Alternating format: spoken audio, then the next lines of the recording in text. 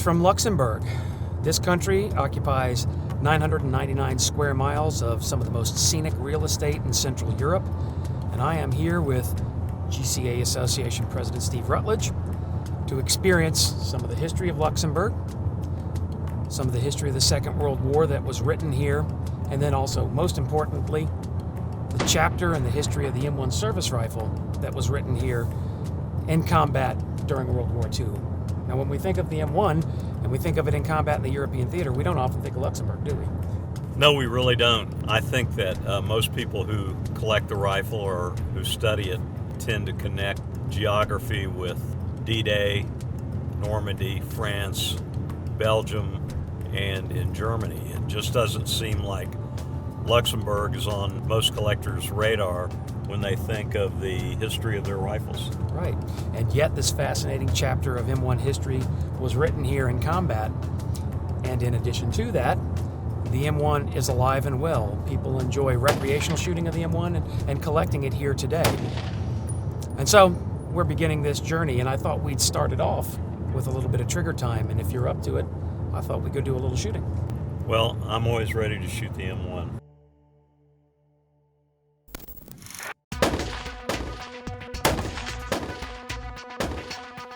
Gun collecting and recreational shooting are alive and well here in Luxembourg, and this shooting club near Hesperange is one of about a dozen such facilities in the country. The members of this club have some pretty impressive facilities at their disposal, to include this 200-meter rifle range. And many of the members of this club come here to enjoy the experience of shooting the M1 rifle. First M1 rifle that I got was through a farmer from my father-in-law. They were sitting together at their kitchen table, and he called me in and says, "Listen, this guy has a rifle in his barn. He doesn't know what it is. He just knows it's from World War II. I wanted to know if I wanted it." So we went to his barn. I looked at it, and it was a Garand. It looked in mint condition. I asked the guy what he wanted for it. He says, "Oh, I don't want anything. You can have it." So of course I took it. I've been hooked on them ever since. Notre club existe depuis 1958, l'ancien club. Actuellement, on est ici, le nouveau stand s'est fait en 1962. Nous avons chez nous 1280 membres, pratiquement 1300 membres. Un club qui marche, c'est très bon, le club c'est très bien, l'ambiance est très bonne. Et quand le stand est bien présenté, on a le stand avec 10 mètres électronique, on a les 50 mètres de stand. 50 mètres, ça fait 2 fois les cibles électroniques aussi là-dedans. Nous avons 25 mètres, stand aussi, il y a 2 fois, une fois électronique, une fois sans électronique. Et nous avons après les 50 mètres. On a fait aussi, il y a maintenant quelques années, les 100 mètres. On a 200 mètres aussi électronique, ce qui fait un club le plus moderne de Luxembourg. I was just admiring this rifle that Lucien showed me, which was a relic find near his village. It's heavily pitted, so it's in rough condition, but this is basically a battlefield pickup, as-built condition from the Battle of the Bulge in 1944. Now, the wood was so far gone that Lucien replaced it with new wood, but I think this makes for a really exceptional example to have as a part of a collection. It's especially interesting here today to see so many M1s because the first M1 enters Luxembourg on September 10th, 1944 during the Liberation, and M1s have been here ever since. Okay, Marty, so I'm ready to see Luxembourg. Where are we headed now? We're going to go all the way to the northern end of the country, near a town called Trois-Verges, to a place called Cinq-Fontaines. That's the French name, but there's also a Luxembourgish name. Fünf Brunnen literally means 5 fountains. There's a memorial there that I'd like to show you.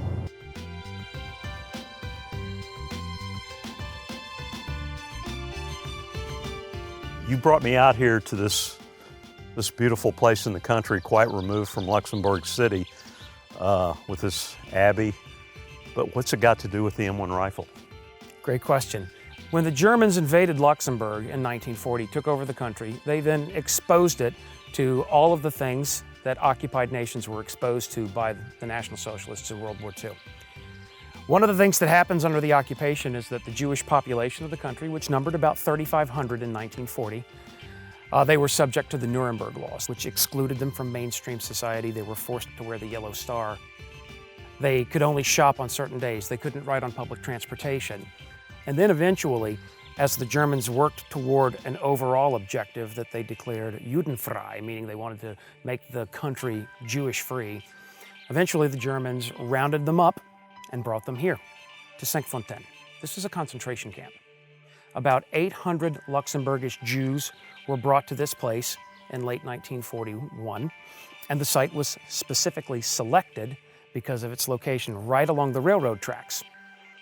As they processed these 800 people, they would load them onto train cars and send them to the east, send them back to Germany, where they were all taken into the concentration camp system. We think about 800 people were held here, and at the end of the war, only 36 were known to survive. So what the Germans did here in Luxembourg during the occupation was they created circumstances by which they annihilated the Jewish population of the country. And that population remains low to this very day. The point of contact with our story is this. A dark chapter in Luxembourg's history was written at this place. And that dark chapter ended on September 10th, 1944. That's the date at which U.S. Army soldiers arrived to liberate the country. And with the arrival of American soldiers, German occupation of Luxembourg came to an end. Crowds greeted American troops that arrived, and the very first American soldier to set foot on Luxembourgish soil was carrying an M1 rifle.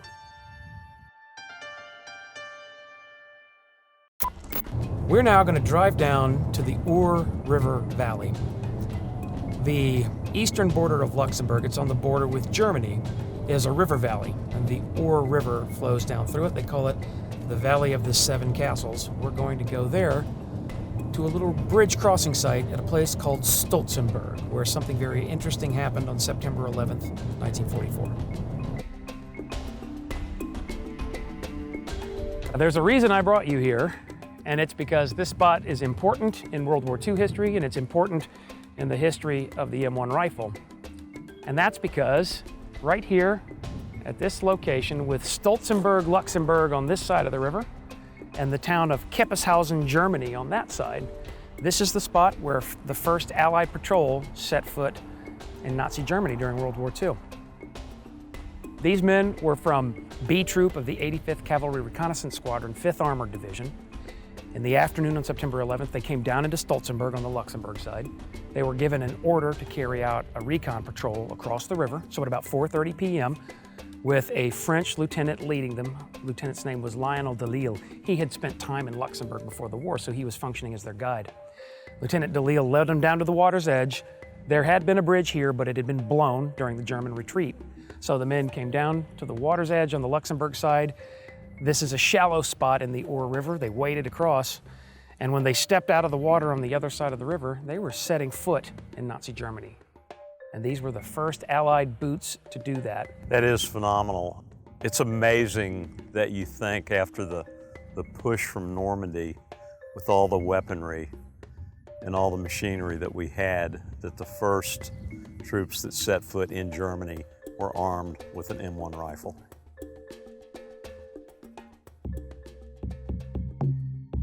Well, Marty, you know I like surprises, so what's our next stop? All right, well, I'll keep the surprise, but we're going to go to this town called Clairvaux, lovely little town in the center of northern Luxembourg, to meet some friends of mine and show you 3 things. You're going to like them all. Trust me. Number 1 is this memorial. Here you see the figure of a soldier from the U.S. Army's 28th Infantry Division. At the moment of the town's liberation in September 1944, you can see here incorporated into the memorial, adoring civilians greeting their moment of liberation, and you'll notice too that the soldier in the statue is armed with an M1 rifle. Now, the second reason I brought you here is the lower part of the memorial. It remembers generally all of the units that fought in Luxembourg during the Battle of the Bulge. Now, when we think of the Battle of the Bulge, we typically think of things that happened north of here at places like Bastogne or Malmedy, when in reality, more than 50% of the Battle of the Bulge was fought here in Luxembourg. And that affected the city of Clairvaux in an interesting way. And this is it.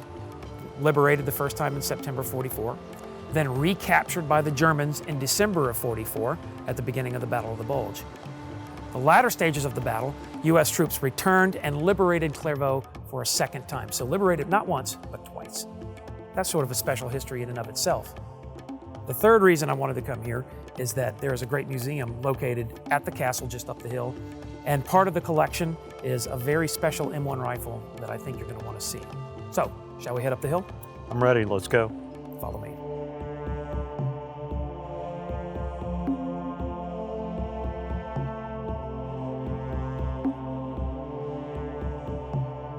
Here again we have another M1 rifle, one of many that we've seen over here so far, and it looks to be an original World War II configuration. One interesting thing about this rifle is it has the name Julie inscribed on the stock. We've seen several rifles here that have graffiti, names, other things, artwork inscribed on the stocks. And one thing that is apparent to me is when you see rifles in the United States that come from the Army, this is all missing. I have never looked at a stock, and I've seen thousands of stocks where personal notes, messages, artwork was left on them. But we're most certain that this rifle was left on the battlefield here and has never been back to the United States, right, Tom? No, that's definitely not been back to the States. Definitely it was a battlefield pickup. And in fact, in '45, it was a big problem for the locals, for the inhabitants of Luxembourg, because the whole countryside was littered with thousands of weapons, as well Germans as Americans, and the kids were playing with it. So the adults, as fast as possible, tried to get rid of the guns, and they hid them somewhere where the kids couldn't find them. So we have still today old World War II small arms turning up. We find them on barns, in the attics, hidden away somewhere. That's very interesting. Of course, that would be an M1 collector's dream to have been here in 1945. Just another beautiful rifle that we have here that came off the battlefield in Luxembourg. Marty, we've seen some neat things. Can't imagine there's anything left. Well, it's like you read my mind, because where we're going right now is a spot where you can still see the scars of the Battle of the Bulge, even today, 75 years later. We're going to a place called Schumann's Eck.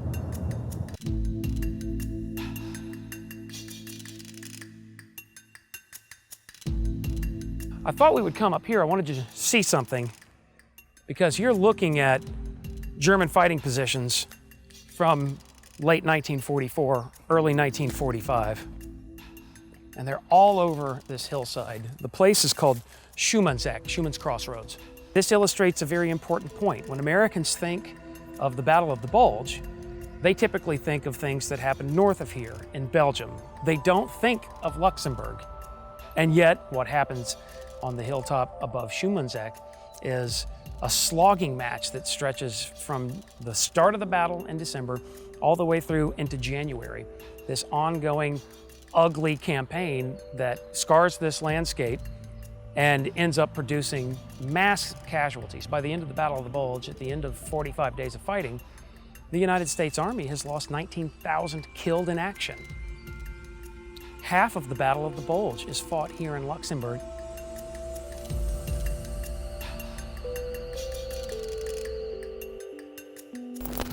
It's amazing the effect that the Battle of the Bulge really had on this country. I didn't realize that.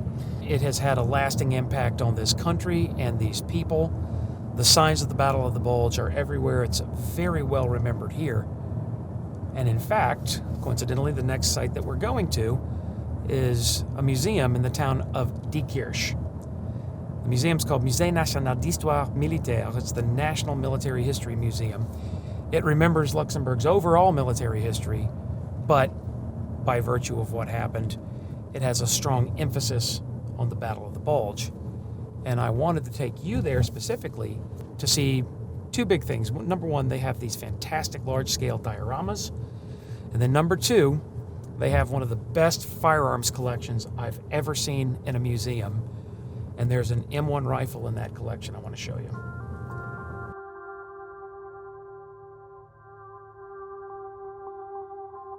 Back in the 70s, three friends and myself, who were from the greater area of Diekirch, we had been collectors since we were young students.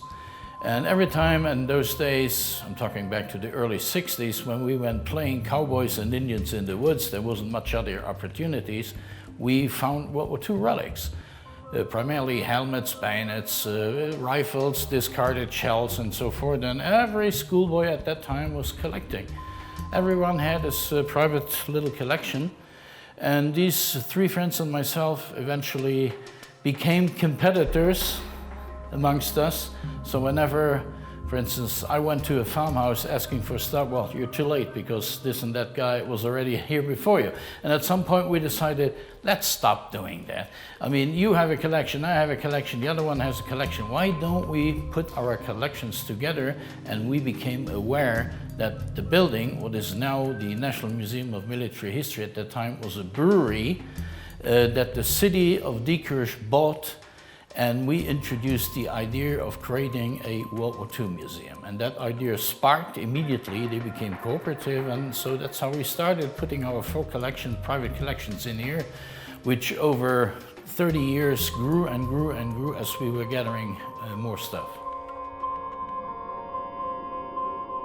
As being young collectors, we went scanning in the woods around and looking around for stuff, and we found this in the greater Berdorf area, which is south of Diekirch, and Berdorf became one of the hotspots during the earlier days of the Battle of the Bulge, when the 9th Armored Division Combat Command A was battling against elements of the 276th Volksgrenadier.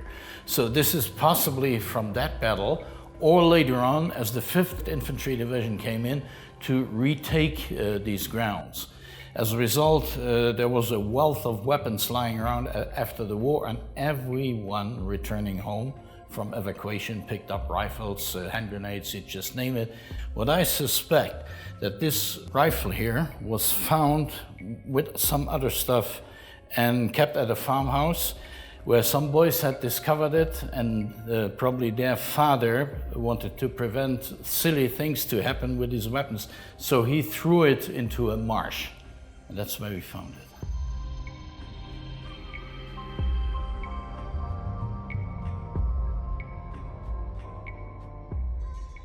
Okay, Marty, where are you taking me now?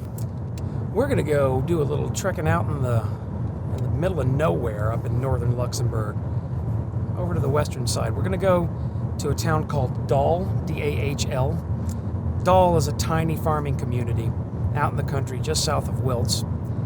And there was a big battle there during the latter phase of the Battle of the Bulge on January 8th, 1945, involving the 80th Infantry Division, a subject that I know is near and dear to you.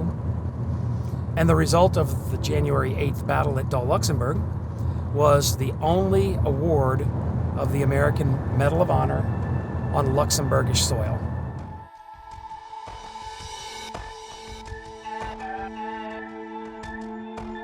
I wanted to show you this spot just because it's central to this Medal of Honor action.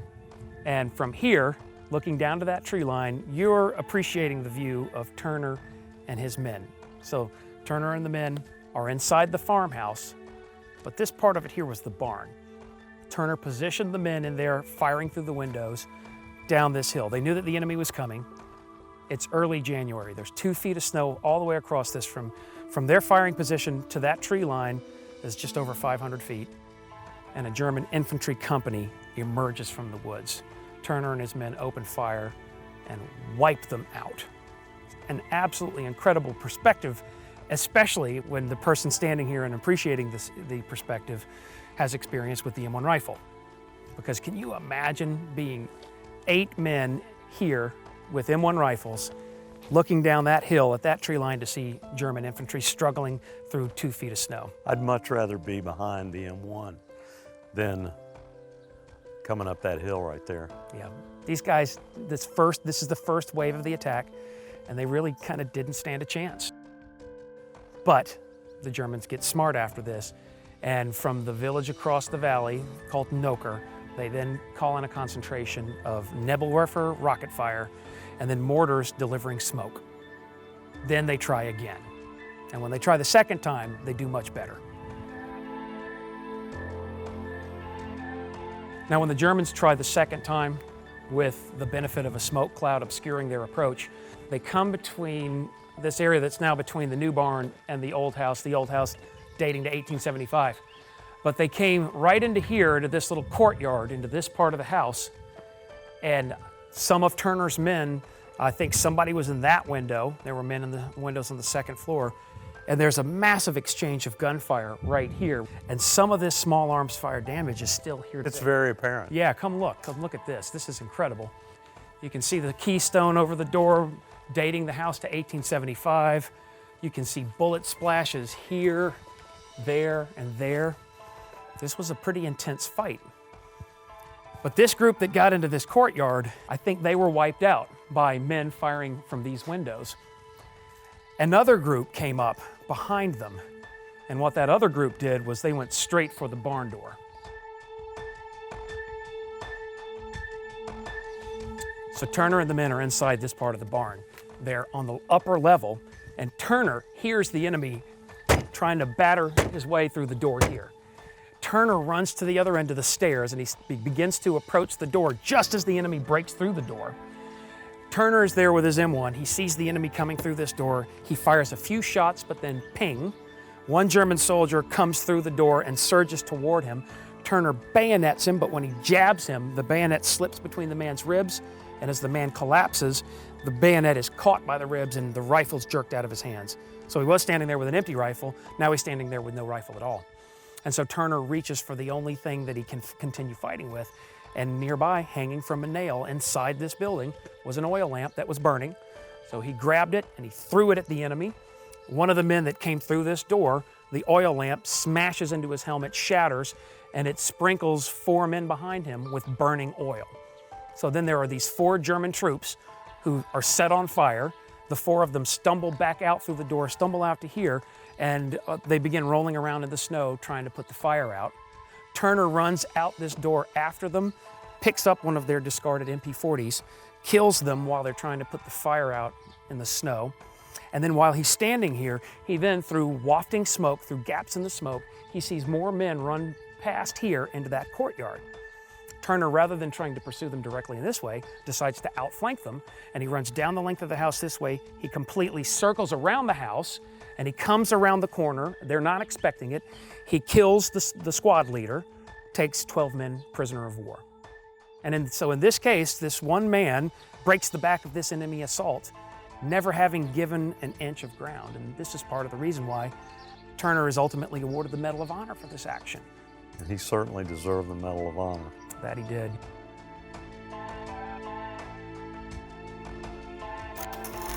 I guess now we're going to continue to follow up on Day Turner's story. And I know he was killed somewhere near here. Right, that's where we're going to go right now, actually. We're going to go to a little town called Wallendorf, and his regiment, 319th Infantry Regiment, crossed the Our River from Luxembourg into Germany on February 7th, 1945, and he was killed the following day. And that's where we're going right now. I brought you here for 2 reasons. Number one, we're once again at a crossing site, a border crossing site. We're crossing from the Luxembourg side to the Germany side, so that's Germany over there. But the reason number 2 is because of the battle that was fought here at the beginning of February 1945.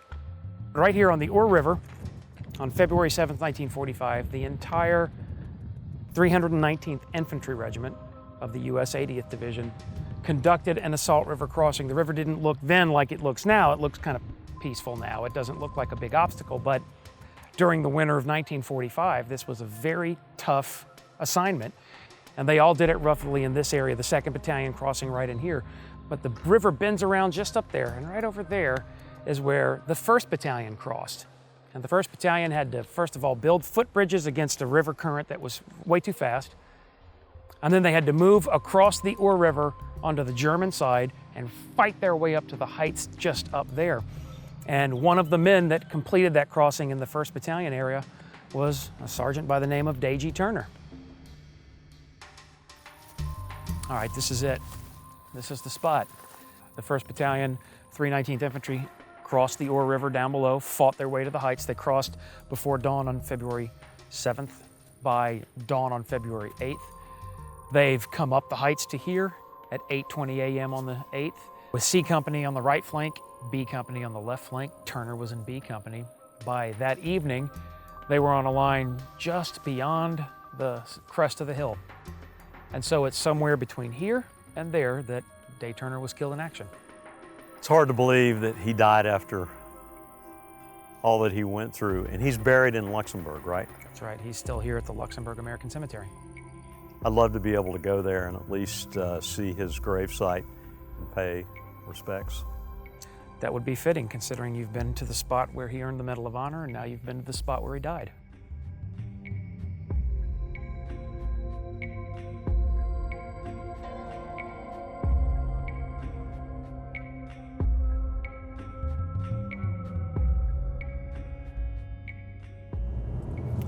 Marty, we're close to the airport. You're not sending me home, are you? Don't worry, you're not being sent home early. We're going to a spot very close to the airport. We're going to the little town Niederanven, and we're going there to visit my buddy Mark. Mark served in the Luxembourgish army. He is retired from the Luxembourgish Grand Ducal Police, and he's a gun collector. He's particularly proud of his M1 rifle because it is an international harvester.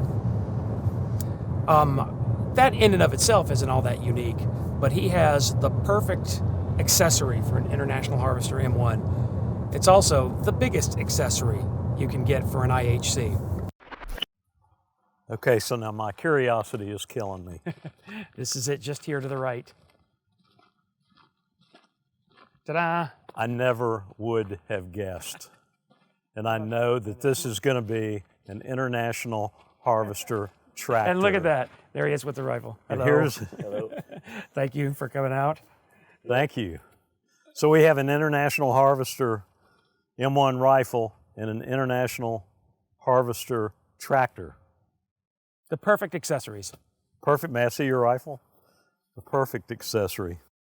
Yeah, this is a beautiful M1 rifle. It is an International Harvester. It's a postage stamp. It has mostly International Harvester parts on it. The company made rifles from 53 to 56, and they had never made firearms before and never made firearms after that. And they did have some problems producing the rifle and needed some help from Springfield Armory. Most of these rifles went overseas to other countries, and for a very long time, it was very hard to find an International Harvester for one's collection. They're starting to reappear now, but they are favored by collectors. Marty, would you like to look at this? May I, please? I love it.